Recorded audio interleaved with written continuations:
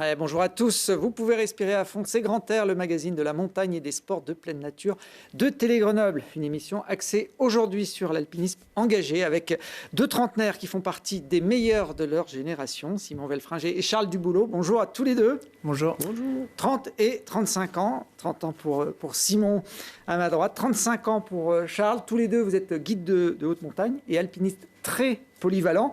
Charles, originaire de Haute-Savoie. Hein. Oui, ouais, c'est ça. J'ai vu que vous aviez commencé plutôt par le trail. Moi, j'ai plutôt commencé la montagne par les sports d'endurance, le trail et le ski alpinisme. Et ce qui m'intéressait, c'était d'aller un peu vite en montagne et de grimper vite sur les sommets. Et puis, à un moment, je me suis dit, c'est quand même génial d'être là. Je me suis attardé et je me suis plutôt concentré sur les associations techniques et pour ne plus arrêter du tout. Bon, troisième quand même du marathon du Mont Blanc à 18 ans. Pour tous ceux qui suivent un peu le trail, c'est déjà une belle performance de monter si jeune sur le podium d'une course aussi relevée. Ouais. Je ne sais pas si Simon il court aussi vite que vous. Le trail, non, c'est moins... Non, quand Charles il accélère, en général, je dis que je dois faire pipi et au final, voilà, je le laisse filer. Bon, alors contrairement à Charles, vous n'avez pas grandi au pied des montagnes. Hein. Vous êtes même venu un peu tard à côtoyer ce milieu. Ouais, c'est ça. Moi, je viens de Moselle et j'ai passé mes 20 premières années dans la ville de Metz, donc vraiment très très loin des montagnes. Après, je faisais déjà un peu d'escalade. Ma maman grimpait et du coup, elle m'a initié à ce sport et j'ai fait un peu des compétitions, quelques compètes en équipe de France jeune. Et après, avec les études, j'ai un peu arrêté tout ça pour au final arriver à Toulouse pour la météorologie. Et là, j'ai découvert la montagne par le plus beau massif du monde, les Pyrénées. Bon, c'est sympa de dire ça maintenant. Quand on vient de Moselle, forcément. Oui, c'est vrai que la référence, c'est quand même... évidemment. Bon, il y a les Vosges qui ne sont pas très loin. Ouais. Mais bon. Bon, aujourd'hui, vous vivez à Grenoble, toujours pour la météorologie, puisque vous bossez au centre d'études de météo de Saint-Martin-d'Air. Et puis, vous êtes quand même dans un massif montagneux qui n'est pas trop mal autour de nous. Ici, on a le choix. Il y a du pentu, du plat, il y a de tout. C'est très, très agréable d'être à Grenoble au milieu de toutes ces montagnes. Vous l'avez dit, vous êtes venu à la montagne par l'escalade en salle et puis après en montagne. Vous faites partie des grimpeurs qui évoluent dans le 9e degré. C'est le summum de la difficulté. On vous voit là, je crois que c'est en Grèce, dans une voie en 9A, il y a quelques années. C'est compatible de grimper, on va dire, des difficultés aussi importantes et d'avoir une carrière d'alpiniste en parallèle? C'est sûr que c'est pas évident. Pour faire ou refaire du 9A, je dois quand même vraiment y penser à l'avance et dédier entre 6 mois et 1 an à l'entraînement et à ça. Et ces dernières années, ce qui m'a plus intéressé, c'est quand même les expéditions et de partir assez longtemps dans des endroits un peu éloignés. Et ça, c'est sûr que c'est assez contradictoire avec l'entraînement d'escalade de haut niveau. Après, je garde ce passif de grimpeur de compétition qui fait que rien n'est perdu et qu'à chaque fois, j'arrive à progresser un peu. Mais oui, combiner tout ça à haut niveau, c'est pas simple. Et il y a aussi tellement d'autres choses à faire, tellement d'autres sports intéressants que, voilà, avec les années qui avancent, j'ai du mal à me focaliser que sur une seule chose et revenir au plus haut niveau. Bon. J'ai vu qu'on grimpait du 9C. On va peut-être un jour attaquer le 10e degré. Ça vous paraît réaliste? Ah ouais, carrément. Ouais. De notre vivant, on va connaître ça. Et aujourd'hui, il y a quand même une émulation autour de ce sport, que ce soit en compétition ou en falaise, qui est assez incroyable. Et en partie à Grenoble, aujourd'hui, il y a quasi les meilleurs grimpeurs du monde qui viennent habiter à Grenoble parce qu'il y a des super structures d'entraînement. Et moi, je vois ça de l'extérieur, du coup, tous ces jeunes qui progressent énormément. Et c'est assez fascinant de voir ces dernières années comment l'escalade, à la fois d'intérieur et d'extérieur, est devenue aussi populaire, quoi. On n'a pas besoin, Charles, de grimper aussi fort que Simon pour être un alpiniste de très haut niveau. C'est un plus ou... Non, mais après, pour moi, il y a deux piliers en alpinisme. Ça reste quand même les sports d'endurance et l'escalade. Ce sont les deux choses les plus importantes. Et... jusqu'à un certain niveau, on pourrait dire que pour être un très fort alpiniste et polyvalent, je pense qu'il faudrait réussir à grimper dans le 8e degré et être capable de supporter des grosses charges en endurance. Voilà. Après qu'on dépasse les degrés, bien sûr, plus on a de marge dans un domaine, plus c'est intéressant. Mais comme on peut le voir entre Simon et moi, on adore grimper ensemble. Je pense qu'on est très complémentaires et on a chacun, on va dire, nos zones de prédilection. Mais ça fait aucun doute que Simon, tout comme moi, on s'entraîne l'un et l'autre en endurance et en escalade. De toute façon, c'est quelque chose de très important pour notre pratique. Alors de l'endurance et des capacités de grimpeur, il en fallait pour ce que vous avez fait en 2022, qui vous a fait connaître, on va dire, un peu du grand public, en vous confrontant à un mythe de l'alpinisme, la face nord des Grandes Jorasses, dans le massif du Mont Blanc. On la voit là, cette face nord, qui sur ces images paraît assez accueillante, mais vous l'avez, vous, attaquée en hiver. Hein. Ouais, c'est ça, ouais. Donc en hiver, elle est un peu moins accueillante que ça. Je l'ai vu justement ce matin, là, bien plâtré de neige. Et c'est vrai que c'est clairement plus austère l'hiver. Mais après, même quand on va au pied l'été, ça reste une grande face nord, une des grandes faces des Alpes. C'est une montagne qui a un peu l'apparence d'une muraille quand on va au pied. Donc bien sûr, c'est un terrain de jeu et un terrain d'expression incroyable pour tous les alpinistes. Et voilà, moi j'ai voulu y passer un peu de temps et on va dire pousser un peu mes propres limites ou au moins mes propres motivations dans cette phase-là. En y allant en solitaire et en hiver. Exactement. Ouais, on pourrait dire que c'est initiatique d'aller vivre ça tout seul. Je pense qu'il n'y a pas énormément d'alpinistes qui l'ont fait. Moi, il y a une personne qui m'a beaucoup inspiré, c'est Lionel Daudet, qui a fait une voie Eldorado dans les Jorasses en solo pendant plus d'une dizaine de jours. Et c'est quelque chose qui m'avait... Il y avait juste un papier qui sortait sur Google dans Libération, qui avait été écrit par François Carrel sur son ascension. Et c'est un truc que j'ai beaucoup lu, qui m'a complètement animé. Enfin, je sais pas, ça me faisait aussi peur que ça m'attirait. Et jusqu'à un moment où l'attirance a été un peu plus forte et où moi aussi j'ai eu envie de vivre ce qu'a pu vivre Lionel. Voilà, exactement. Ouais. On vous voit là sur ces images de Sébastien Montagrossé en solo intégral. Il n'y avait pas de corde, pas d'assurance à ce moment-là. Ouais, c'est plutôt à la fin, mais c'est vrai que c'est des images qui sont, quand on est en solo intégral, toujours très spectaculaires.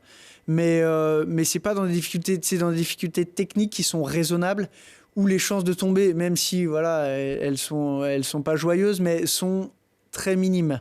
Il y a eu pas mal de moments, notamment dans cette ascension, ou même dans les ascensions que j'ai pu faire avec Simon, où parfois on a une corde, mais où c'est beaucoup plus hasardeux que ça. Et même si on voit la corde, on peut se dire tiens, ils sont en sécurité. Non, pas forcément. Donc en fait, dans la montagne, voilà, il y a toutes ces petites choses que nous on connaît parce qu'on est sur le terrain et c'est nos expériences. Mais voilà, il y a des moments encordés qui sont entre guillemets bien plus terrifiants que sortir dans une goulotte comme ça sans corde. Même si voilà, ça reste toujours un jeu dangereux et il faut pas mentir, il faut pas dire le contraire. On en a conscience, mais c'est aussi la beauté de notre pratique. Alors cette face nord des Grandes Jorasses, elle vous a séduit puisque vous y êtes retourné l'hiver suivant, cette fois en groupe avec notamment Simon pour un autre gros morceau, une directe hivernale qui avait jamais été refaite depuis son ouverture à une époque, je crois, où ni l'un ni l'autre était né. 1986, je crois. Non, je crois qu'on n'était pas là encore. Donc toi, tu n'étais même pas en projet. On n'était pas là, non, c'est ça. Et on était là tous les deux avec Clovis Paulin, un autre beau copain à nous. Et ça, c'était du coup pas cet hiver, l'hiver d'avant. La voie qui s'appelle assez basiquement la directissime de la Pointe Walker. Donc c'est en fait la voie quasiment la plus directe dans la face nord des Grandes Jorasses. Et la Pointe Walker, c'est le point culminant en fait de cette muraille. Donc c'était un peu un mythe parce que de notre génération d'alpinistes, c'est une voie qui a quand même été pas mal essayée, pas mal étudiée par pas mal de jeunes grimpeurs. Mais il n'y a jamais personne qui vraiment y a mis vraiment de l'énergie. Et là, cet hiver du coup 2023, il y a eu un créneau quand même assez exceptionnel de beau temps. Et nous, avec Clovis et Charles, on avait justement zioté ce petit créneau météo. Et on a passé donc 5 journées dans cette face, un an après le solo de Charles. Et cette fois en groupe, ça a été quand même une expérience assez unique. On a grimpé des longueurs quand même très techniques, où là on a mis les chaussons d'escalade, on a fait du dry tooling. C'était une voie vraiment dans les endroits quasiment les plus raides de la face. Et cette fois partagés tous les trois, donc vraiment un très chouette moment, assez intense. Et on en a fait un petit film justement qui était aux rencontres l'année dernière et qu'on a eu grand plaisir à partager. Voilà. On a vu en bas de la voie Patrick Gabarou, qui est celui qui l'a ouvert en 1986 avec Hervé Bouvard. Il était venu vous accompagner, vous coopter un petit peu sur cette deuxième tentative. Ouais, c'est ça. On pourrait dire que Patrick, c'est un peu le parrain de montagne de Clovis, notamment. Ils sont assez proches. Je pense que Clovis a été très inspiré par Patrick Gabarou. Et donc, en lui disant qu'on voulait répéter sa voix, qu'il attendait depuis longtemps, j'imagine que pour un ouvreur qui a ouvert un ouvreur aussi prolifique que lui, qui a ouvert un nombre de voies aussi dense, avoir une voix qui n'a jamais été répétée, c'était un peu frustrant. Voilà, exactement. Puis quelque chose qu'il avait envie de voir faire et qui plus est notamment par un jeune qui connaît bien et qui l'a un peu mis à la montagne. C'était, on pouvait dire, un beau tour de roue. Donc voilà pourquoi il nous a accompagnés, Patrick. Et il a essayé de nous donner quelques renseignements au pied, mais ça nous a pas beaucoup aidé, voire pas du tout, on peut le dire. Hein. Non, après, c'était trop mignon parce qu'il était là et il voulait nous expliquer des trucs, mais oui, ça rime à rien. Non, mais on peut pas lui en vouloir avec des souvenirs des années 80. Il avait fait l'été, en plus, en plein hiver. Enfin, voilà, la montagne a plus rien à voir. Mais c'était un moment qui était quand même assez fort. Et c'est vrai que partager ça avec l'ouvreur, c'était quand même. C'est pas tous les jours que tu vas avec la personne qui a ouvert la voie au pied d'une montagne. Donc c'était quand même un beau moment pour nous trois. Ouais. Alors 5 jours d'escalade, hein, 4 bivouacs dans cette phase. C'est un moment particulier de dormir comme ça en groupe dans une paroi de plus d'1 kilomètre de haut. On est rarement en groupe. On est tous chacun à chaque fois chacun sur un petit étage. Son petit nid douillet. Ça change pas grand-chose. Finalement, on est bien. Hein. Faut dire quand même que quand on se met dans le duvet, dans ses faces, généralement, c'est quand même un bon moment. Parce qu'on met toutes les couches d'habits sur nous, plus on s'enfile dans le duvet. C'est un moment où on se réchauffe un peu, où on s'allonge, c'est-à-dire qu'on se relâche un peu. Et c'est génial. Puis le fait d'avoir les copains juste à côté, c'est le moment où on se détend un peu, on se raconte quelques blagues. Et voilà. Mais généralement, on s'endort assez vite. Ouais. On voit le soleil dans cette face, Simon, en hiver justement, en plein hiver, elle ne voit pas une minute le soleil, cette face nord des Grandes Jorasses. Donc c'est un peu la grosse différence avec l'ouverture de Patrick et Hervé, c'est qu'ils y sont allés en plein mois d'août, en plein été, où là, il y a du soleil. Et donc, ils pouvaient assez facilement grimper à main nue et avec des chaussons. Et nous, on a aussi grimpé à main nue avec des chaussons, mais cette fois complètement à l'ombre, avec des températures en moyenne qui étaient entre moins 10 et moins 20. Donc, je ne sais pas si les gens ont déjà essayé de grimper par ces températures-là. C'est quand même un peu un petit challenge de se motiver à sortir les chaussons et d'enlever les gants. Ouais. Exactement. Et donc ça, c'était la difficulté principale de cette voie. C'était quand même malgré tout, certes le beau temps, mais le froid qui était omniprésent pendant les 5 journées. Et donc certes, les bivouacs, le moment où on est dans le duvet est assez confortable, mais l'avant et l'après, en général, est assez compliqué. Et donc c'est assez rigolo parce que donc, on se levait tous les matins vers 5 heures. Le soleil, lui, se levait entre 7 et 8 heures, mais ça nous laissait le temps, du coup, de déjeuner, de se préparer, de lever le camp et de commencer à grimper pile aux premières lueurs du soleil. Et donc, tous les jours, à 5 heures, il y avait la petite musique de réveil. On s'était mis Stéphane Echer, justement, au réveil. Et c'était devenu une espèce de rengaine, un peu une habitude. Assez rigolo. On avait pris un rythme quand même très particulier pendant l'espace de 5 journées, mais qui, finalement, peuvent laisser penser que ça dure assez longtemps. Et une fois qu'on rentre à la maison, c'est assez bizarre, quoi, parce qu'on se lève plus à 5 heures, il n'y a plus la même musique, il n'y a plus les copains, mais voilà. Et est-ce qu'on est plus ou moins heureux? Je sais pas. Hein. Au final, le confort, c'est pas ça qui rend finalement si heureux, quoi. C'était quoi, déjeuner en paix de Stéphane Echer? C'est ça, exactement. Ouais, ça colle bien à l'ambiance et au fait d'être seul dans cette grande face nord. Pour voir le soleil au Joras en hiver, en fait, il faut sortir au sommet. C'est le seul moment, Charles. Hein, c'est vraiment le moment. C'est assez particulier dans cette face, comme l'a bien dit Simon. Ça ne voit vraiment pas le soleil pendant 1 minute. Donc le soleil, c'est quand même un facteur, l'hiver, en alpinisme, qui change beaucoup de choses. Même si on le prend 1 heure ou une demi-heure dans la journée, ça change. On sait qu'il y a un moment où on va pouvoir plus ou moins déjà sécher, se réchauffer. Et voilà, le fait de ne jamais l'avoir, au moins c'est clair, hein, c'est constant. Et en revanche, le delta de température entre la face nord et quand on sort sur la calotte neigeuse au sommet là, de la pointe Walker, c'est hallucinant. Ça va être d'au moins 20 degrés. Et on arrive dans un espèce de... On voit les images justement de l'arrivée. Là, en plus, qui est hospitalier, c'est dingue. Enfin, c'est vraiment une transition qui est très radicale pour le coup, mais dans le bon sens, qui est agréable. Ouais, je ne voudrais pas la faire dans l'autre sens, voilà, exactement. Replonger dans c'est toujours c'est un beau moment de sortir au sommet de la pointe Walker. Bon, on vous a vu tous les trois avec Clovis Paulin qui avait une fracture de la clavicule pendant toute cette ascension. Ça paraît incroyable. C'est ça, ça paraît assez incroyable. En gros, la semaine précédente, il était en cascade de glace et il s'est pris un bout de glaçon sur l'épaule. Au début, il a un peu minimisé ça et après, il est allé voir un radiologue. Et ce qui est assez drôle, c'est que Hervé Bouvard, donc le second ouvreur de la voie, est radiologue. Et c'est lui qui allait le voir. Et donc dans le film qu'on a fait autour de cette voie, il y a une scène quand même assez drôle où justement Clovis va voir Hervé en lui demandant son avis.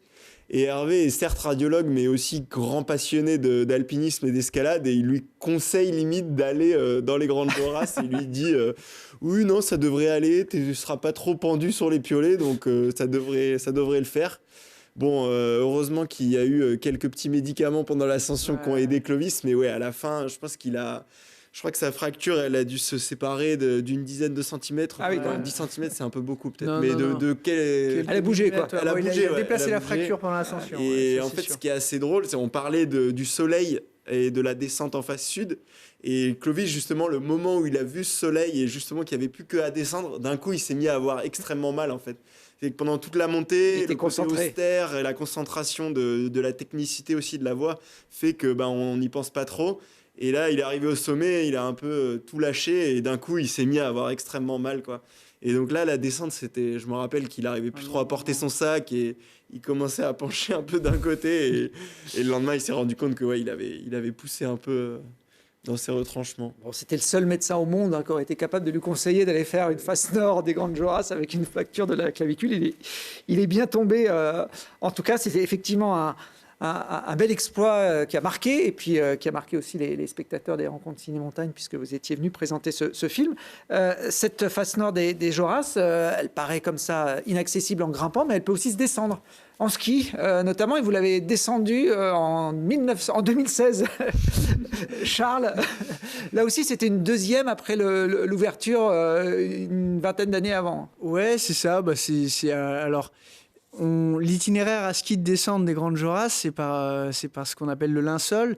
Donc, c'est une grande pente suspendue qu'il faut aller chercher, qui n'est pas très logique, mais qui est quand même vraiment esthétique. Enfin, c'est rigolo d'aller poser ses skis dans une pente pareille. C'est complètement incongru. Donc voilà pourquoi c'est pas une voie une descente qui a été énormément répétée, parce qu'il y a aussi un accès assez compliqué. En revanche, quand on skie dans une pente comme ça, il y a des lignes de fuite qui sont absolument incroyables, parce que donc, bien sûr, il y a la pente qui est très raide, et au bout de la pente, il y a 400 ou 500 mètres de falaise, donc de vide. Donc on a l'impression de skier un peu dans les nuages. C'est quelque chose on se rend bien compte sur ces images, c'est vous qu'on voit enchaîner les virages dans cette phase. C'est ça, c'est un bon souvenir.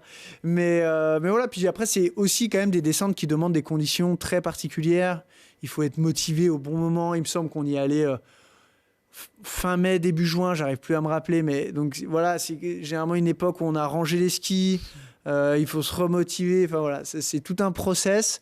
Mais c'est aussi une belle, c'est aussi une belle descente dans ces jours-là. Comme pour l'escalade, il y a des cotations en ski de pente raide. Le linceul, c'est à peu près l'équivalent du 9C en escalade. C'est ce qui est le plus difficile. Ouais, ça sera moins difficile que le 9C en escalade, on va pas se mentir. C'est beaucoup moins dur. Mais c'est sans doute beaucoup plus engagé. Ça fait aucun doute. En revanche, en termes de difficulté pure, physiquement, c'est moins dur que l'escalade. Le ski de montagne, ça, c'est quelque chose qu'il faut dire et qu'il faut avouer. L'escalade, c'est une pratique qui demande tellement d'investissement quotidien pour aller dans ces cotations du 9A comme peut faire Simon et un passif de grimpeur de compétition. Le ski, bon, si on n'a pas trop peur et qu'on ose faire des virages dans la pente, c'est plus ou moins accessible à tous les skieurs lambda, non ? Bon, avec un peu d'expérience quand même. On va pas inciter tout le monde à aller faire le linceul comme ça. Non, on va pas inciter les gens. Mais Simon aussi aime aller titiller les pentes raides, 50, 55 degrés parfois.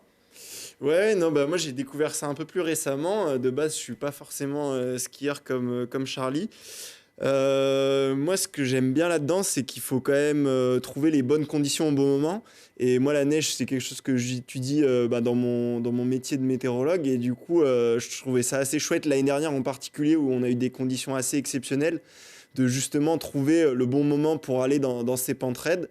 Comme il dit Charles, en fait, quand on a des très bonnes, voire excellentes conditions, finalement, les cotations, elles sont quand même très variables, et on peut, même dans des pentes à 55 degrés, trouver des conditions assez acceptables, certes avec énormément d'engagement, où la chute est totalement interdite, mais techniquement, c'est difficilement comparable à des voies de haut niveau en escalade, quoi. Alors, on vous voit justement l'hiver dernier en Vanoise, sur une descente de l'Épénéa, Ouais. qui n'avait jamais été réalisée en ski. C'est ça, ouais. Donc ça, c'était quand même un petit défi de pentraide qui est resté en Vanoise, descendre la face nord de l'Épena, qui avait été essayé quand même par pas mal de personnes. Mais encore une fois, l'année dernière, on a eu des conditions assez exceptionnelles d'enneigement dans ces pentes. Et du coup, ça a chargé plus que les années précédentes. Et donc, on a eu la chance avec un copain à nous, avec un bon copain à Charles aussi, qui s'appelle Xavier Cailleul, qui habite justement là-bas et qui avait déjà essayé cette pente à plusieurs reprises. On a eu la chance de réussir cette fois-ci. Et c'était quand même un très beau moment, un peu comme Charles au linceul. On a ces pentes où vraiment, en fait, vu qu'on ne voit pas le bout, en fait, il y a un moment où, comme au linceul, il y a des rappels en fin de voie, en fait. Et du coup, on a vraiment cette impression que la pente plonge dans le vide et on skie dans les nuages. Et ça, c'est vrai qu'il faut y aller pour le voir parce que c'est quelque chose d'assez unique, quoi. Alors, ça n'avait jamais été fait, donc en général, celui qui ouvre cote aussi, que ce soit à la montée ou à la descente, la voie. Et l'an dernier, j'avais eu Benjamin Védrine un mois après sur ce plateau. Il y avait une petite discussion entre vous, puisqu'il avait répété votre voix, vous n'étiez pas d'accord sur la cotation. Comment ça fonctionne, en fait, ces systèmes? Ça fonctionne pas, en fait. Non, c'est bête à dire, mais en fait, le système de cotation en ski de pentraide est tellement dépendant des conditions, je pense que c'est dur de coter. Et en fait, comme l'a dit Charlie, aujourd'hui, il y a un côté mental qui est aussi très présent. Et finalement, c'est pas que n'importe quel skieur, s'il a la volonté, il va y arriver, mais c'est un sport qui descend vers le bas. Donc en fait, il n'y a pas une difficulté comme en escalade de faire le mouvement, de tenir la prise ou quoi que ce soit. La difficulté, c'est de rester en vie en fait. Et donc tant qu'on va oser lancer son virage et oser faire la chose, si on arrive vivant en bas, ben, c'est validé, quoi. Et du coup, ben, le système de cotation, aujourd'hui, c'est un système qui est assez ancien, qui a très peu évolué, parce que finalement, dans les années 80, il y avait déjà du 5.5. Et nous, bah, avec Xavier, moi, je ne me suis pas trop prononcé, je n'avais pas énormément d'expérience, mais en gros, Xavier, assez basiquement, il avait fait du 5.5, il estimait que ça, c'était plus raide, donc il fallait un peu passer à la suite, quoi. Et donc forcément, il y a des petits débats, voilà, dans le petit monde du ski de pentraide et de l'alpinisme, ça aime bien des côtés entre autres, mais en fait, au travers des cotations, de tout ça, il y a des échanges entre les personnes. Et...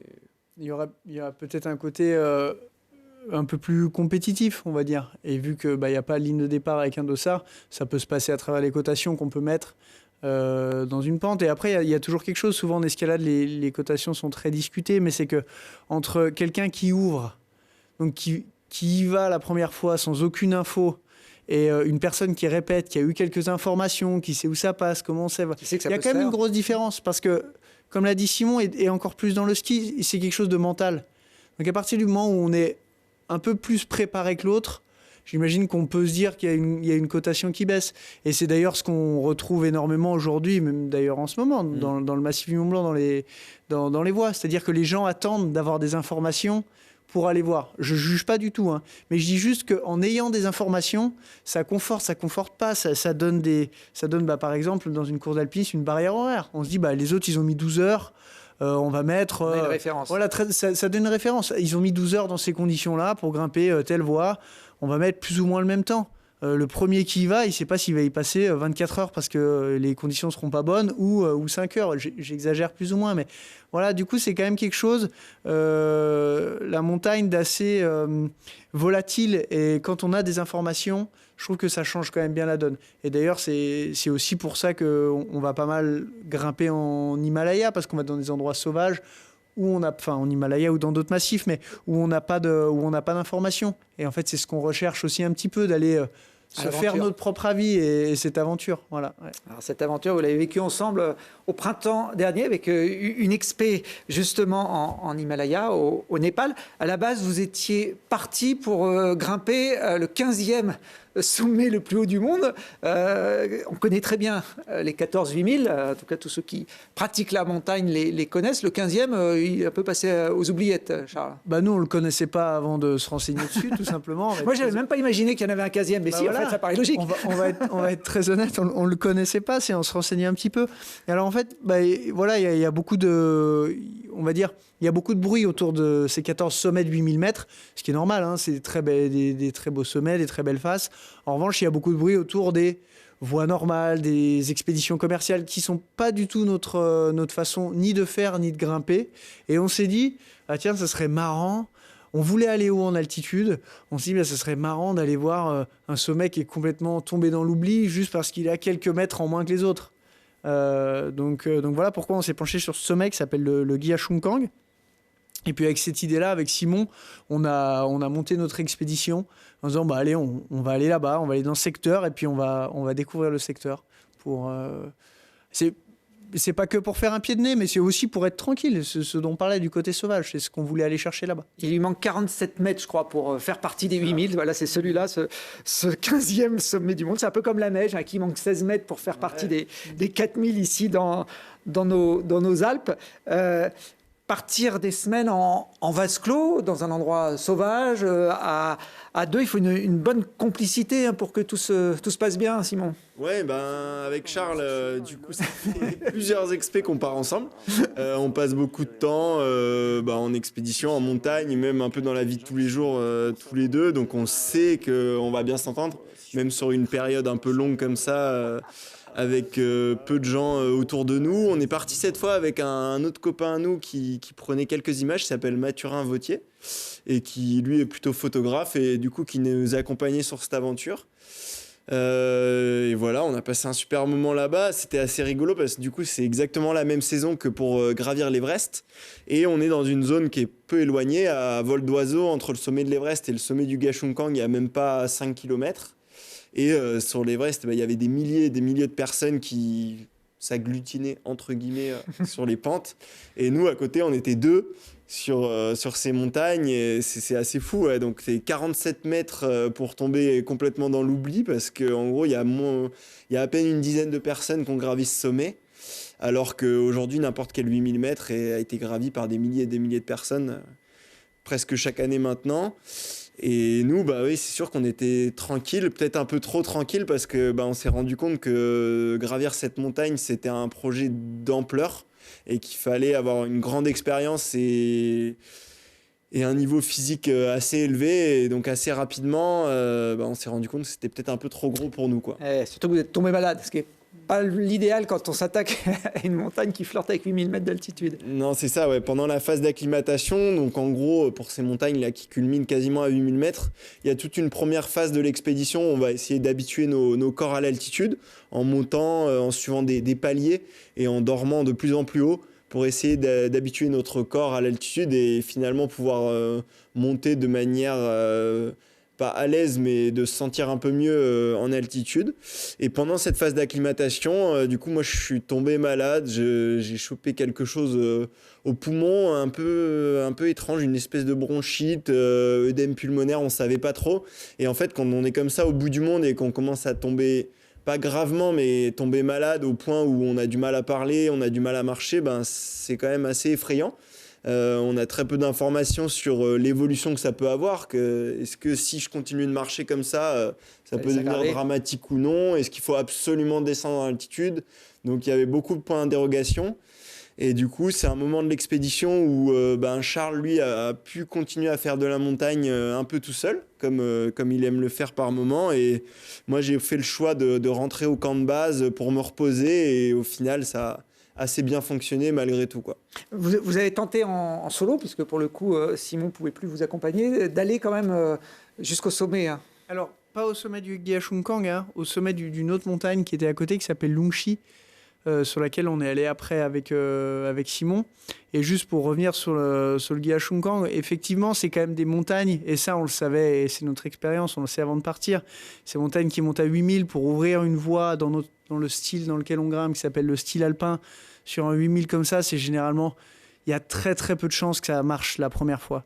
Donc c'est quelque chose où il faut y aller, revenir. Là, on a beaucoup d'informations en fait sur le terrain qu'on n'avait pas la première fois. C'est aussi ce qu'on cherche. On parlait du côté sauvage, mais on n'avait absolument aucune information sur l'accès. C'était compliqué. Donc voilà pourquoi ce projet-là, c'est peu étonnant qu'on n'ait pas réussi. En revanche, ce qui est génial, c'est qu'on a réussi à grimper une autre montagne qui est à côté, qui va moins haut, qui s'arrête à 7029 mètres, qui s'appelle Lungshi, sur laquelle je suis allé une première fois en solo quand Simon était malade, par une arête. Ce sont les images qu'on voit là. Ouais, voilà. Et donc, j'ai passé 3 jours sur cette arête avant de retrouver Simon camp de base. J'ai été pris dans le mauvais temps. Globalement, il faisait pas très beau. Mais voilà, c'est des expériences qui sont assez dingues. Le solo en Himalaya, dans ces vallées très très reculées, là, c'est quelque chose d'assez fort. Et je pense que pour Simon, c'était pas plus mal qu'il soit seul, pour qu'il n'ait pas de pression et qu'il puisse gentiment se remettre de son côté. Là, il y a un engagement quand même moral de se retrouver seul. Ouais, moral, c'est très moral finalement, parce que c'est bizarre, dans la tente tout seul le soir quand la neige tape sur la tente et qu'on se retrouve, voilà. Personne va arriver, là on en est sûr. Ouais, il n'y aura non. pas de passage. Ah bah non, il y aura rien du tout. Ouais. Mais ouais, c'est quelque chose d'assez particulier, mais je suis partagé. Des fois, je me dis que c'est complètement fou, et des fois, je me dis que c'est aussi pouvoir vivre des moments comme ça. C'est tellement unique que de pouvoir aller là, se promener là tout seul, c'est quand même incroyable.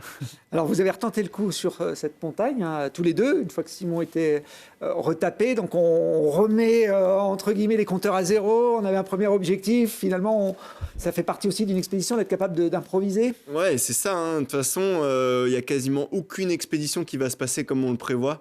Le plan A, je pense que 95% des expéditions ne le font pas. Et du coup, il faut savoir rebondir.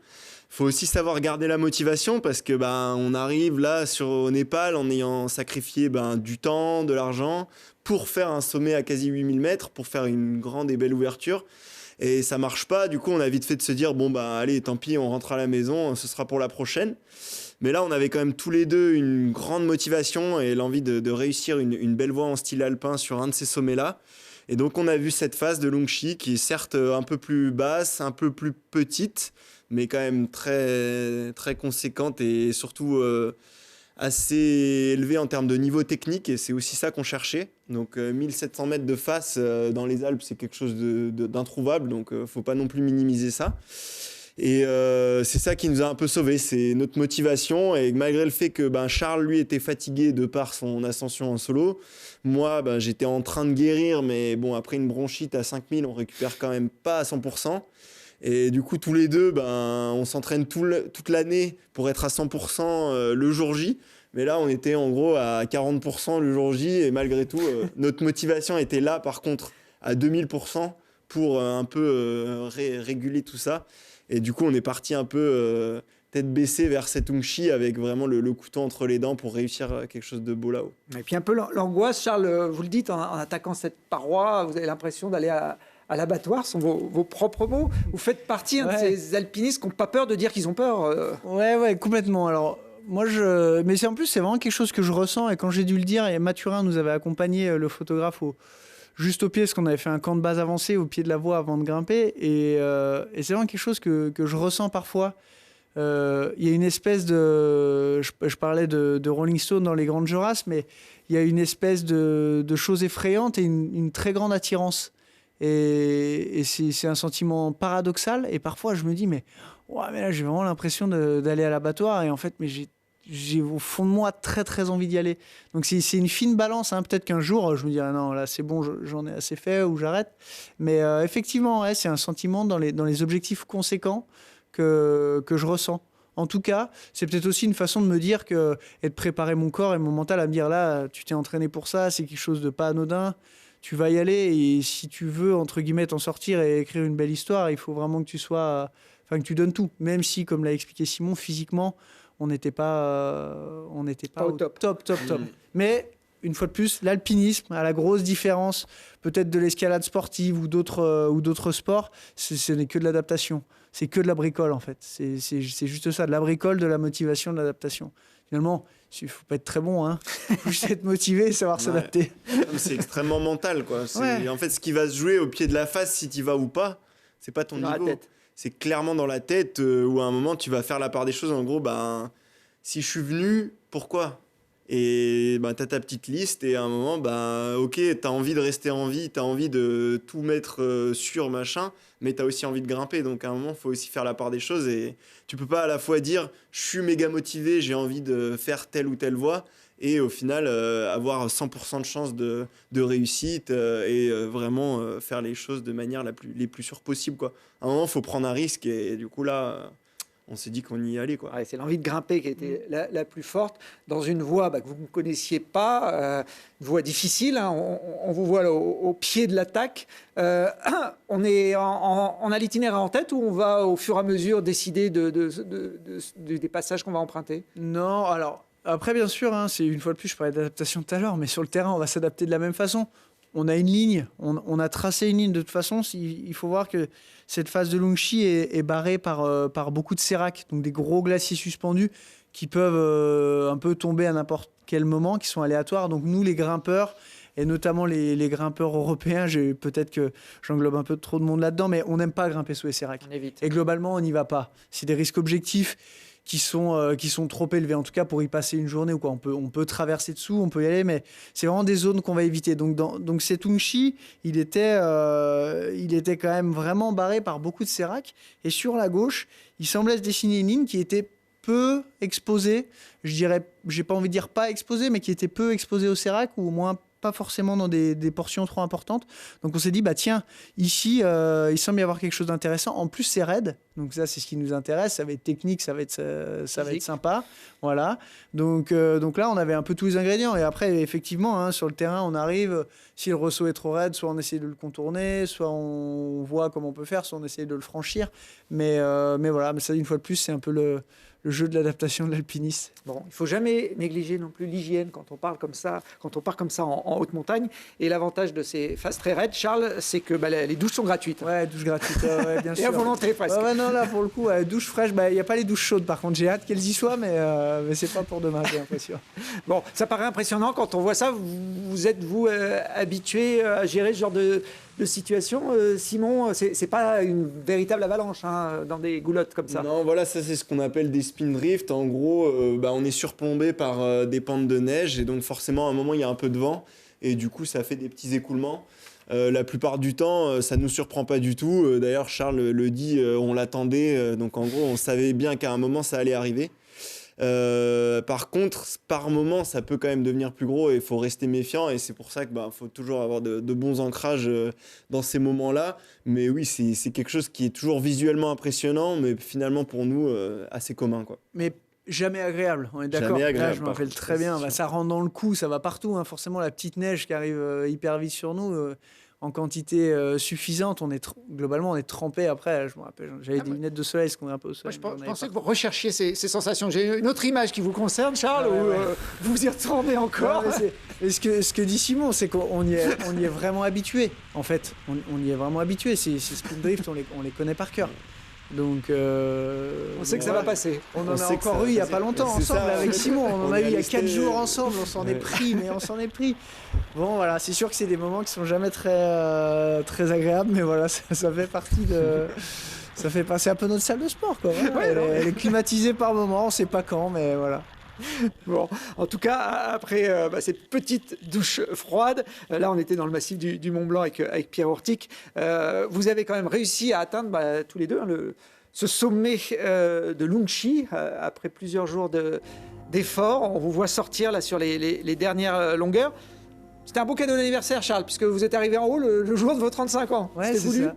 Et non, c'est une fois de plus que l'adaptation, c'est pas voulu, mais j'avoue que pour une fois, l'adaptation était bien choisie. Et ça restera un moment, 35 ans, c'est le bel âge.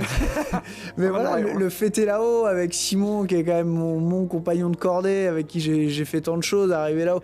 On n'en profite pas non plus vraiment, hein, parce qu'on est très focus sur ce qu'on est en train de faire. Mais en termes de souvenirs, toute ma vie, je saurais ce que j'ai fait le jour de mes 35 ans. Et ça, c'est quand même quelque chose d'assez fort. Ça reste quelque chose d'assez intense. Il n'y avait pas de bougies là-haut. Simon n'avait pas pensé à amener les bougies et le gâteau. Après, on s'est vengé en rentrant. Pas de fioriture, mais ouais. On s'est fait des bisous, quoi. Ouais, c'est pas mal. D'autant qu'il y avait un cadeau, c'était la météo qui était pas mauvaise à la montée, mais qui s'est vite dégradée une fois que vous êtes arrivé au sommet. Hein. On a vite compris que l'ascension n'était pas du tout finie. En fait, on est arrivé au sommet et là, le temps s'est vraiment dégradé de manière assez extrême. Et on a vite compris que, certes, la montée était complexe, mais que finalement, le crux, donc la partie difficile de cette aventure, ça allait être la descente. Et donc, on s'est engagé en fait sur l'arête, qui est un peu la voie la plus facile de la montagne pour redescendre. Mais avec la météo, donc le brouillard omniprésent, l'absence de visibilité et la neige qui n'arrêtait pas de tomber avec un risque d'avalanche qui était parfois assez important, on a dû encore une fois s'adapter. Et cette fois, s'adapter, ça voulait dire tirer des rappels dans une face totalement inconnue. Donc on est monté par la face ouest de Longxi et à la descente, on a emprunté le versant est, qui est un versant qui est complètement inconnu, complètement sauvage et que sûrement quelques personnes ont dû le voir, mais aucun grimpeur n'y avait jamais mis les pieds. Et donc là, on s'est engagé dans 900 mètres de rappel dans l'inconnu le plus total. Et ça a été un peu le point clé de notre aventure, quoi. On n'avait pas juste pour repréciser les propos de Simon, on n'avait aucune visibilité. Donc c'est pour ça qu'on ne savait pas du tout dans quoi on s'engageait. Et voilà pourquoi c'était un moment assez tendu de l'aventure. Ouais, effectivement, le fait d'avoir aucune visibilité et de se dire les deux autres options qu'on avait plus ou moins en tête ne nous semblaient pas envisageables.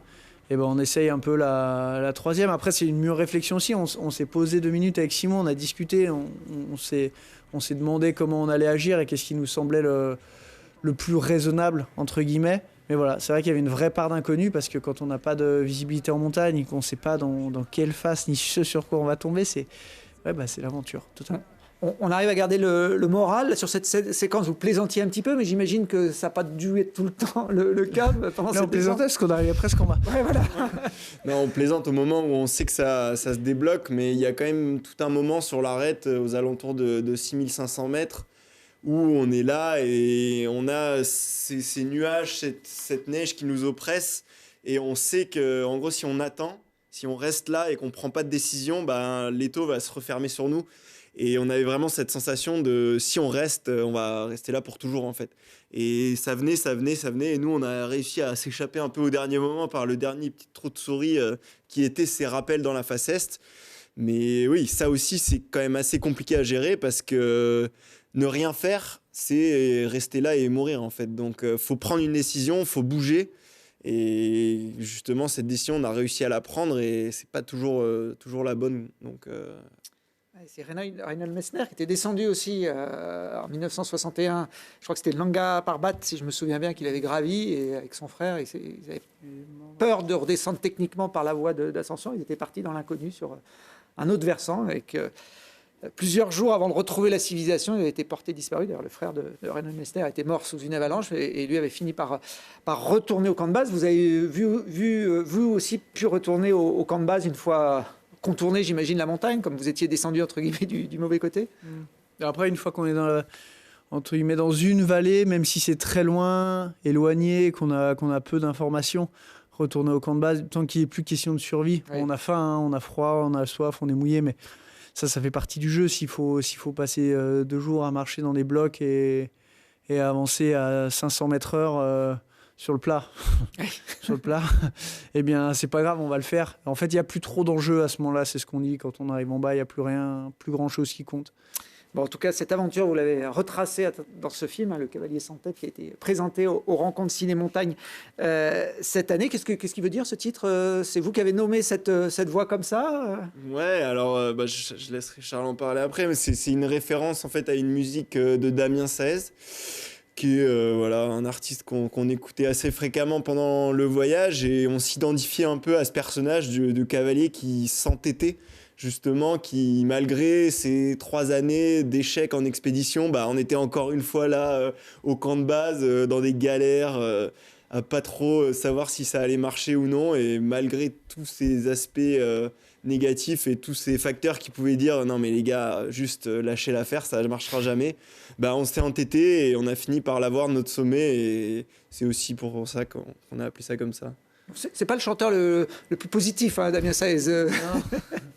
Non, mais je crois que tous les deux, quand on est ensemble, on l'est tellement qu'il faut contrebalancer un peu, exactement. Donc non, c'est vrai qu'on aime bien. Et voilà, le cavalier sans tête, ouais, ça fonctionne assez bien avec ce qu'on a vécu là-bas au Népal. Et ouais, je pense qu'on est content de l'aventure. Simon, vous avez obtenu un piolet d'or en 2021 pour une autre aventure. On voit ces images, alors c'était au Pakistan, sur le Sanipakush, presque 7000, avec Pierrick Finn. Est-ce que ce que vous avez fait avec Charles, qui est au-dessus de 7000, avec aussi beaucoup d'engagement, ça pourrait correspondre aux critères de ce piolet d'or qui récompense chaque année les ascensions les plus marquantes? Alors d'un point de vue critère, c'est sûr que ça rentre dans les clous. Aujourd'hui, ce que les piolets d'or récompensent, c'est surtout la capacité exploratoire des alpinistes. Et nous, en allant dans cette face ouest de Lungshi, clairement, on est allé chercher l'inconnu, le côté sauvage et vierge du terrain. En plus, on est redescendu par un itinéraire qui est différent de la montée. Et ça, d'un point de vue engagement, c'est quand même assez pertinent, c'est assez important. On est vraiment parti dans un inconnu total. On grimpe dans un style alpin qui est très épuré. Là, on grimpe sur 3 journées parce qu'on n'a pas le choix. En fait. D'un point de vue météorologique, on n'a que 3 journées pour grimper. Avant et après ces tempêtes. Et si on avait 6 jours pour faire ce qu'on a fait, on aurait pris les 6 jours en fait. Donc on est obligé d'avancer sur un certain rythme. On est obligé de prendre un minimum de nourriture, un minimum de matériel. À la fin, on n'avait plus de tente, on avait quasiment encore un petit bout de corde, mais plus de nourriture. Donc on a quand même vraiment tapé dans toute la liste de matériel pour être le plus léger et le plus rapide possible. Et ça, aujourd'hui, quand on parle des piolets d'or, c'est un peu ça qu'on essaye de mettre en avant. Donc on verra bien, mais en tout cas d'un point de vue critère, c'est ce genre d'ascension qui est mise en avant. Ouais. C'est important pour un alpiniste, vous êtes tous deux alpinistes professionnels, d'avoir ce type de reconnaissance du milieu, Charles? Alors pour moi, ça n'a jamais été ni une course ni une motivation, aucunement. Sinon, je pense que j'aurais plutôt visé des critères que de viser des ascensions. Ça m'intéresse pas vraiment, j'avoue, cette reconnaissance. En revanche, c'est toujours génial d'être félicité pour une ascension et reconnu pour ça. Et donc oui, je pense que dans une vie... Alors moi, j'ai pas de piolet d'or, mais je pense que dans une vie d'alpiniste, c'est quand même quelque chose de marquant, comme de fêter ses 35 ans au sommet d'une montagne. Non, mais c'est un peu la même chose. On va dire que c'est pas une quête, ni un Graal, ni quoi que ce soit. Notre objectif principal et premier de très très loin, ça reste de grimper, d'aller vivre des choses, parce que c'est là-dedans qu'on veut être performant, qu'on veut, entre guillemets, pousser nos limites. En revanche, la récompense derrière, quand on est là-bas, on y pense, mais même pas du tout. Enfin, je veux dire, il n'y a pas une espèce de volonté. On ne fait pas ça pour ça. Non, voilà, pas du tout. Et en revanche, c'est génial d'en profiter, d'être récompensé pour une belle ascension. Alors, je parlais de votre polyvalence à tous les deux, l'escalade, l'alpinisme, le ski, le trail. Et Simon pagaille également, il aime bien ça, notamment au milieu des glaces du Groenland. Le kayak, ouais. Mais c'est vrai que justement, quand j'habitais en Moselle à l'époque, une des activités que je pratiquais, c'était le kayak. Ah, ça vient de là alors. En slalom, donc c'est pas venu juste pour aller au Groenland, c'est un truc que je faisais plus jeune. Et c'est vrai que c'est aussi un moyen de locomotion hyper intéressant, à l'image un peu du bikepacking où on met nos affaires dans des sacoches et tout sur son vélo. Là, on charge notre kayak avec tout notre matériel de grimpe. Là, au Groenland, on a des parois granitiques qui sont magnifiques pour faire de l'escalade, cette fois rocheuse. Et donc ça, c'était juillet-août de cette année. En gros, on prend notre matériel d'escalade, notre nourriture, on pack tout ça dans nos kayaks. Donc ça fait des bateaux qui font au départ de l'aventure plus de 100 kilos. Et on rame, on pagaie le long des côtes groenlandaises jusqu'à arriver au pied de la montagne qu'on souhaite escalader. Et donc c'est quelque chose de un peu plus confortable que les ascensions au Népal, en tout cas sur les 3 journées où on grimpe au Népal. Mais c'est quelque chose qui est vachement plus ancré dans la durée. Là, on était pendant 35 journées en totale autonomie. Avec tous les jours ces petits lots de surprises, que ce soit animal au niveau des conditions ou autre, quoi. Et parce que vous avez même croisé des baleines, forcément, dans ces eaux froides. Là, baleines, quand on est sur un kayak, on ne doit pas être rassuré quand même de les voir si près. Les baleines, au moment, on m'a toujours dit que c'était gentil, une baleine, donc on les voit de loin et on n'a pas si peur que ça. Par contre, on a aussi vu pas mal d'ours polaires, et ça, on m'a toujours dit que c'était assez méchant. Et donc, on en a vu plusieurs gentils. Mais un qui était quand même plus menaçant, et c'est justement celui qu'on voit en image et qui justement se rapprochait de nous avec un air assez gentil. Et au dernier moment, il a commencé à courir vers nous. Et donc là, on est toujours équipé de fusils là-bas. Bon, moi, je sais absolument pas utiliser un fusil, mais il y en a un de nous 4 qui savait à peu près l'utiliser. Et donc là, le seul moyen de l'éloigner, c'est de tirer en l'air, de faire du bruit, de crier. C'est ce qu'on a fait. Au dernier moment, il a fini par faire demi-tour. Mais c'est vrai qu'à ce moment-là, on comprend que l'ours polaire peut manger des humains, quoi. C'est pas une légende. Vous êtes jamais retrouvé confronté à un ours polaire, Charles? Non, jamais, non, mais du coup, je laisse bien cette expérience à Simon. Avant, j'y croyais pas, quoi. Enfin, on nous a toujours dit oui, il y a des ours, faites attention. Donc c'est pour ça qu'on a ce fameux fusil. Ouais, c'est obligatoire, je crois, de partir armé. Ouais, c'est obligatoire. Et sauf qu'avant de vraiment le voir, en fait, on est là, oui, bon, s'il est au loin, on l'évite, quoi. Mais en fait, un ours, ça peut faire en moyenne 60 km par jour, tout terrain confondu, mer, terre. Et ça nage très bien, ça peut courir. Enfin, c'est quand même quelque chose de... Voilà, c'est pas pour rien que ça peut manger de tout, quoi. On dort tranquillement la nuit, quand on a posé les kayaks, quand on sait qu'il y a ce type de... Justement, avant de le voir, on dormait super bien. Et après, justement, cette mésaventure où il a couru vers nous, on a décidé quand même de mettre en place un tour de garde. Où du coup, on se relayait chacun notre tour, on était 4. Pour faire des quarts de 3 heures, rester éveillé et surveiller, avec interdiction totale d'écouter de la musique ou de regarder quoi que ce soit à part l'horizon pour repérer les ours. Et donc voilà, on se divisait par 4 les nuits, et ça c'était plus donc sur la fin de l'expédition, et c'est vrai que c'était pas très très confortable, quoi. Bon, alors vous êtes parti un peu dans le même esprit d'aventure, hein, de pionnier dans ces vallées pratiquement inexplorées du Groenland, 400 km de kayak pour arriver ensuite à votre objectif de grimpe. Ouais, c'est ça. Donc en gros, comparé à une expédition au Népal où l'objectif c'est clairement et purement l'escalade, là c'est quelque chose d'un peu plus global où on va avoir d'une part l'approche qui est quand même assez engagée. On part juste avec nos petits kayaks dans des endroits où il y a quand même des marées, des courants, encore beaucoup de glace et d'iceberg, donc faut quand même surveiller un peu tout ça. Et donc après ces 400 km, on arrive au pied de la montagne qu'on a envie de grimper. Et là, c'est presque la partie un peu confortable parce que ça, on sait faire. De base, on est quand même plus grimpeur que navigateur. Donc, une fois qu'on a les chaussons et qu'il faut grimper, ça, c'est plus tranquille. Mais du coup, il y a la fatigue d'avant du kayak et ensuite le retour un peu à anticiper qui font que c'est vraiment une aventure totale pendant les 40 jours en tout, quoi. C'est le même rocher que sur les autres montagnes là-bas au Groenland C'est quand même du très bon rocher en général. C'est vraiment des murs granitiques. Là, ce qu'on a grimpé, ça faisait 1200 mètres. Et sur les 1200 mètres, il n'y a rien acheté, quoi. C'est pas le rocher qu'on peut trouver en Vanoise, par exemple. Ou en Oisan. On a le nôtre aussi. Quelque chose de vraiment de pur, où en fait on suit une ligne de fissure de haut en bas sans trop se poser de questions. On met des frieines, on arrive assez bien à se protéger. Et ouais, non, c'est vraiment très, très agréable de grimper sur ces parois, quoi. Vous avez déjà grimpé au Groenland, Charles? Non, jamais. Non. Bon, si vous n'avez pas trop peur des ours et des baleines et que vous avez envie de pagayer aussi. Mais il y a beaucoup de choses à faire. Bon, en tout cas, ça faisait partie effectivement des dernières expés de Simon qui a beaucoup la bougeotte. Vous avez des projets aussi de votre côté, Charles, déjà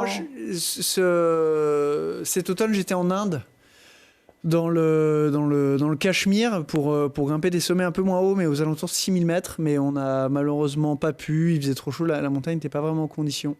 Donc voilà, c'était un peu la deuxième expédition de l'année aussi.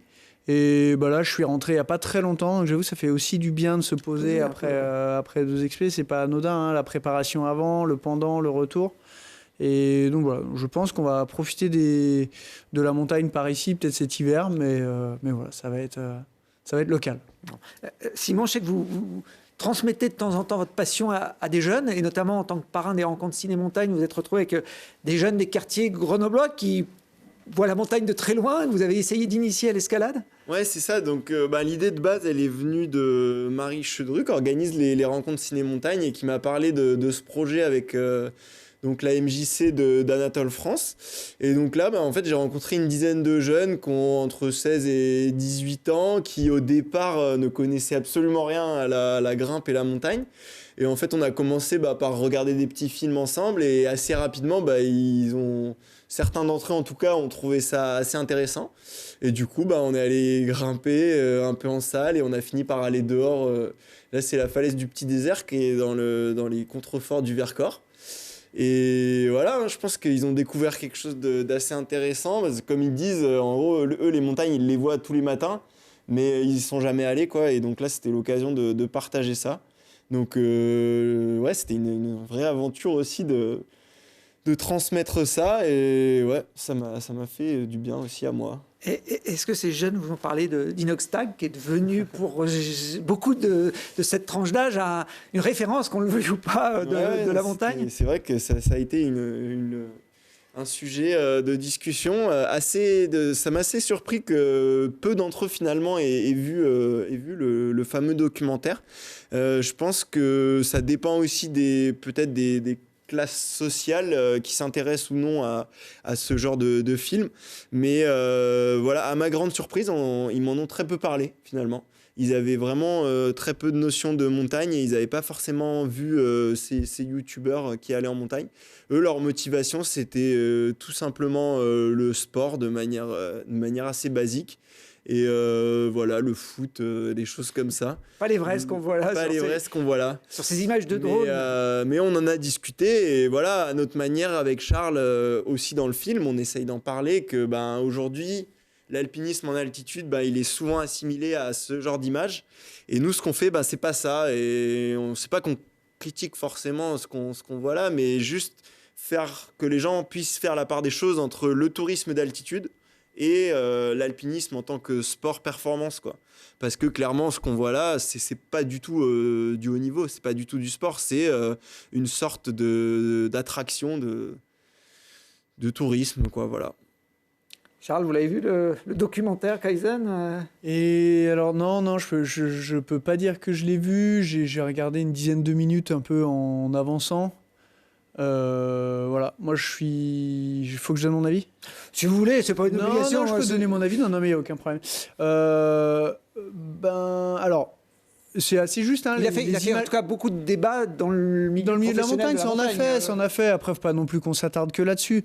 Moi, ce que je dis et ce qui est très important, et je le dis aussi dans le Cavalier sans tête, c'est juste que moi, je trouve ça assez chouette quand même ce qu'il a réussi à faire, Inoxtag, le youtubeur. C'est-à-dire que c'est un gars qui s'est fait connaître en faisant des vidéos sur des jeux vidéo. On est loin de voilà. là. Et en fait, plutôt que de montrer des vidéos justement de jeux vidéo à des jeunes, il va leur montrer des images de nature et tout ça. Et moi, de ce point de vue-là, je trouve ça assez positif parce que son audience à lui, moi, je ne pourrais jamais la capter. En tant que professionnel de la montagne, ce qu'on fait, c'est impalpable. Enfin voilà. Et lui, il a réussi à rendre des choses quand même très accessibles. Je pense qu'il y a aussi des choses positives. On a souvent la critique facile, mais je pense très honnêtement que pour le métier de guide de haute montagne, en tout cas en France, clientèle. Je pense que voilà, exactement. Je pense que ça a assuré une bonne part des 5 prochaines années du job. Et ça, d'ailleurs, faut lui reconnaître. Il n'a pas fait ça pour les guides, pas du tout. Mais il y a quand même quelque chose d'assez vertueux là-dedans, d'avoir montré de ces images de montagne et de sport. Et le seul petit distinguo que nous, on se doit de faire et qu'il faut qu'on fasse, c'est que voilà, c'est pas notre façon de pratiquer la montagne. C'est pas du tout de l'alpinisme de haut niveau. J'ai été très souvent interrogé par des journalistes en me disant est-ce que c'est un exploit et ça? Non, comme l'a dit Simon, non, ce n'est pas un exploit. Il n'y a rien là-dedans. En revanche, voilà, il a quand même fait 35 ou 40 millions de vues, c'est énorme. Enfin, ça c'est plus qu'un exploit. C'est-à-dire que c'est pour un film de montagne. Pour un film de montagne qui dure 2 heures. Enfin, moi, je suis très impressionné par ça. Donc, et je me dis aussi que ce que nous on fait dehors, peut-être qu'il faudrait que ça pourra intéresser encore davantage de gens. Et c'est quand même on va dire des choses qui sont assez sympas à partager au plus grand nombre. Et ben voilà, pour votre avis sur ce fait un peu de société quand même de cette année 2024 en montagne, en tout cas l'impact qu'a pu avoir ce film sur des gens qui ne s'intéressaient pas du tout à ce milieu et qui l'ont découvert par ce prisme-là. Il nous reste 1 minute ensemble pour tourner quelques pages.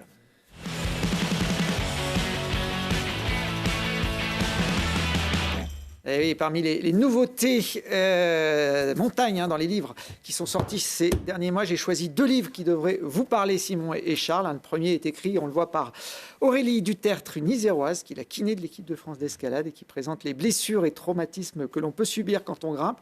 Il y a des exercices pratiques, des conseils, des astuces pour éviter les blessures ou les guérir, le cas échéant. C'est édité aux éditions Glénat. C'est un sport traumatisant, Charles, l'escalade? Oui, très traumatisant. Je pense que j'ai dû étudier pas mal de pages du bouquin déjà. Et donc oui, bah c'est sûr que c'est quelque chose. Puis généralement, hein, comme dans toutes les blessures, on s'en occupe après et jamais en préventif. Donc voilà, c'est sans doute si on veut faire du une bonne préventif, façon de faire. Blessures et traumatismes en escalade. Il y a un autre livre qui s'adresse à ceux qui veulent progresser dans ce domaine. Il est signé Sergio Consuegra, qui s'appuie sur des études scientifiques pour proposer une méthode d'entraînement qui devrait vous permettre d'améliorer efficacement vos performances. C'est lui qui le dit. Pour rejoindre peut-être un jour Simon dans le 9e degré, est-ce que vous vous entraînez de façon scientifique, Simon ?